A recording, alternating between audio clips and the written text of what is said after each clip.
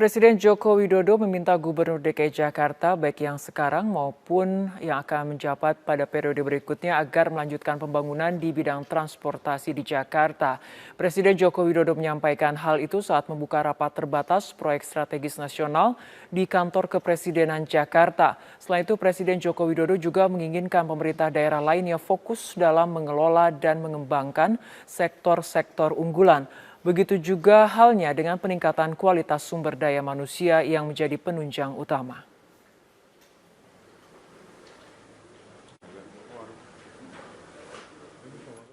Agar pemerintah Provinsi DKI Jakarta yang sekarang maupun yang akan datang dapat terus melanjutkan penyelesaian proyek-proyek infrastruktur transportasi massal, baik berupa LRT, MRT, kereta api, serta pembangunan jalan tol, termasuk memperlancar akses ke Pelabuhan Tanjung Priok. Saya kira itu yang bisa saya sampaikan.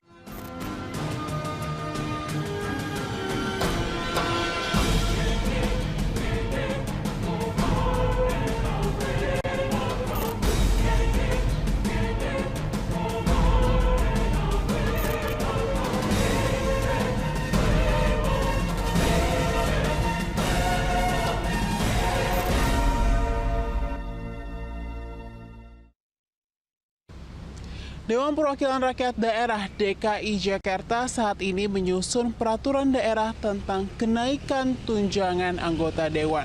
Kenaikan ini akan dilakukan pada 2 poin, yaitu uang komunikasi dan uang operasional reses.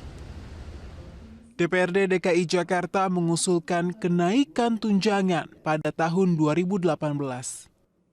Untuk besarannya masih dibahas pada pembahasan Raperda dan disahkan akhir Juli 2017. Pada tahun ini, total tunjangan yang diterima pimpinan maupun anggota DPRD berkisar 20 juta rupiah per bulan, mencakup berbagai komponen. Itu belum termasuk dengan tunjangan lain-lain seperti tunjangan rumah dan tunjangan komunikasi. Ditambah gaji pokok sekitar 30-45 juta rupiah per bulan, total penghasilan yang dibawa pulang anggota DPRD DKI berkisar 70 hingga 80 juta rupiah per bulan. Wakil Ketua DPRD DKI Jakarta Muhammad Taufik menjelaskan, kenaikan tunjangan merupakan turunan peraturan pemerintah nomor 18 tahun 2017. Maka, meski tidak termasuk program legislasi daerah, DPRD akan langsung menindaklanjuti aturan pusat. Perda ini kan perintah PP, mau nggak mau harus kita buat gitu loh. Kan kalau kita nggak tahu PP-nya keluar waktu itu, kalau kita udah tahu pasti masuk di prolegda dong. Kan kita nggak tahu, nggak kita masukin di prolegda. Tapi karena ini perintah PP, dikasih waktu juga harus segera ya. Mau nggak mau kita masukin. Gubernur DKI Jakarta Jarod Saiful Hidayat mengatakan, kenaikan tunjangan anggota dewan sah-sah saja asal menggunakan prinsip keadilan. Menurut Jarod, kenaikan tunjangan layak diterima oleh anggota DPRD yang kinerjanya baik dan aktif mendengarkan pengaduan masyarakat. Mereka yang rajin, ya, yang suka menerima pengaduan dan sebagainya, ya. Itu dengan mereka yang jarang-jarang masuk, itu sama.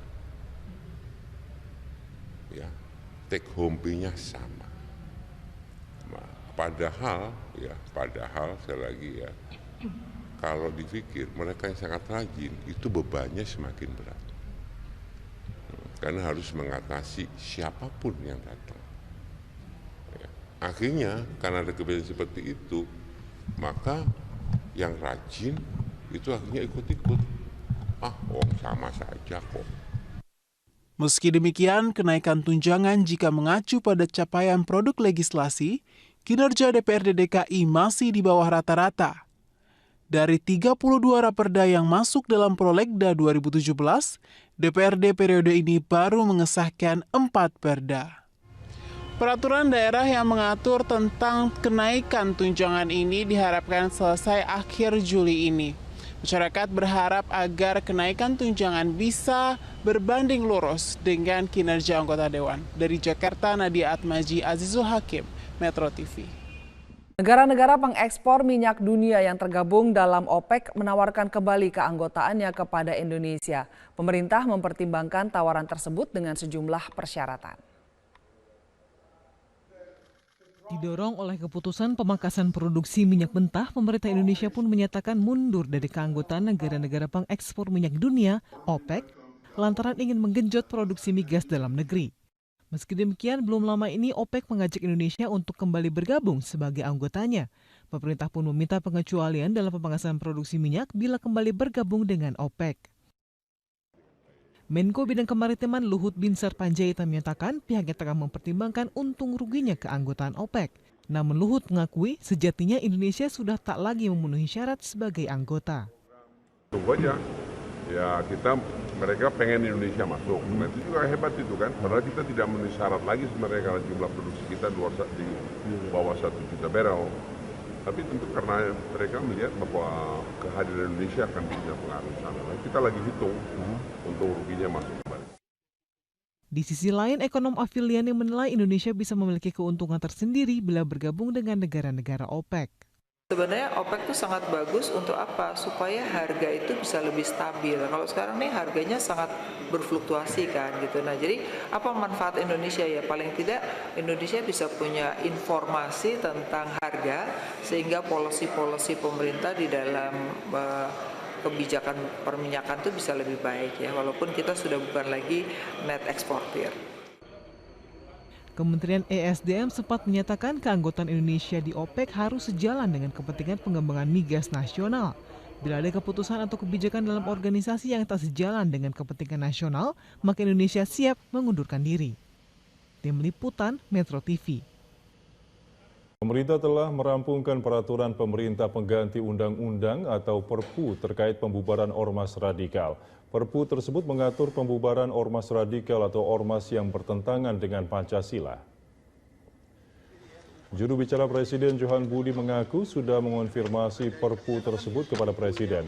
Rencananya Perpu pembubaran ormas itu akan disampaikan langsung Menko Polhukam Wiranto. Johan Budi memastikan Perpu tersebut akan diumumkan Rabu besok. Perpu pembubaran ormas radikal mencuat menyusul sikap pemerintah yang membubarkan Hizbut Tahrir Indonesia karena ideologinya bertentangan dengan Pancasila. Klausul yang selama ini dikenal adalah ormas radikal atau ormas anti-Pancasila. Ketua Umum PBNU Said Akil Sirot sebelumnya mengatakan peraturan tentang pembubaran ormas radikal sudah ditandatangani Presiden Joko Widodo. Peraturan tersebut akan berbentuk Perpu. Ya, barusan saya tanya ke Presiden soal Perpu ormas itu. Nah, jawaban Presiden tadi kemungkinan besok akan disampaikan oleh Pak Menko Polhukam. Saya tanya ke Presiden, Perpu sudah ada di tangan beliau, Presiden maksudnya, dan ditugaskan Menko Polhukam untuk mengumumkan. Bang, besarnya aja. Garis besarnya bahwa Perpu sudah ada di tangan Presiden dan besok Pak Menko Polhukam diminta untuk menyampaikan. Ya, teman-teman sebaiknya Presiden Joko Widodo meminta pemerintah daerah Aceh untuk memanfaatkan seluruh potensi dan keunggulan Aceh demi mendongkrak laju perekonomian. Presiden Jokowi yakin potensi dan kekayaan alam Aceh dapat menekan jumlah pengangguran. Dalam rapat terbatas yang membahas pelaksanaan proyek strategis nasional Provinsi Aceh di kantor Presiden Selasa siang, Presiden Joko Widodo mengapresiasi perkembangan Aceh yang mampu meraih predikat daerah istimewa dan kawasan ekonomi khusus. Jokowi pun berharap agar status tersebut dapat memberikan manfaat bagi kemajuan dan kesejahteraan rakyat Aceh. Presiden mendorong Pemda Aceh untuk memaksimalkan pembangunan antar wilayah agar menekan jumlah pengangguran terbuka yang masih berada di angka 7,39%. Jokowi juga meminta gubernur dan wakil gubernur terpilih untuk fokus mengembangkan sektor pertanian dan industri pengolahan agar sektor hilirisasi dapat semakin berkembang. Saat ini berdasarkan data yang saya miliki, pertumbuhan ekonomi di Aceh pada kuartal pertama 2017 tercatat 2,87%.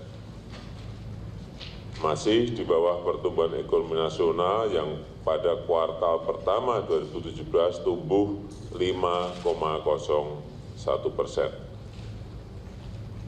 Untuk menopang sektor unggulan, pemerintah pusat akan mempercepat proyek-proyek infrastruktur di Aceh, mulai dari pembangunan beberapa bendungan, pembangunan pembangkit tenaga listrik, sampai dengan percepatan pembangunan infrastruktur untuk KEK di Lok Sumawe, kawasan ekonomi khusus di Lok Sumawe.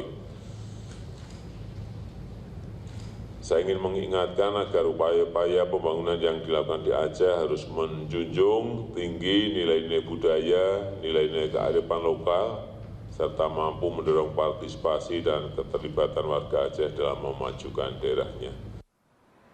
Sementara itu, secara nasional, pada akhir semester tahun ini, dari 247 proyek strategis nasional, belasan di antaranya telah berhasil diselesaikan.